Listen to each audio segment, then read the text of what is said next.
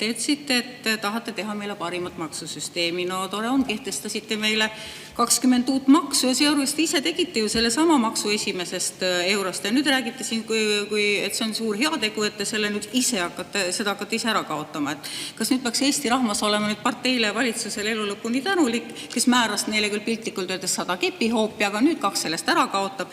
Et kas tõesti niimoodi või?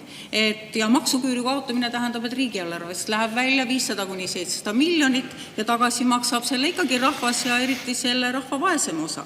Ja eriti naljakas on see, et ajal, kus Eesti täidab nagu meeletult Euroopa igasuguseid direktiive, ägab nende all, siis teie sotsiaalminister läheb nüüd, kes peaks tegelema tegelikult dementsete vanainimeste näljutamise, vägistamisjuhtumistega reformierakondlastele kuuluvates hooldekodudes, tegeleb edaspidi siis auguliste käterättide mittekontrollimisega majutusasutustes. Ja kuna arupärimise teema oli, et teie peaministrina jätkamisest, siis kas te ise ei arva, et kuna teil põhiseaduse kohaselt ei ole legitiimsust ega legitiimset mandaati, et siis tegelikult ka teil ei ole praegu volitusi siin peaministrina seista ja meile seda kõike rääkida, et kas te ei arva, et te peaksite tegelikult hoopis kusagil mujal seisma kui siin meie ees?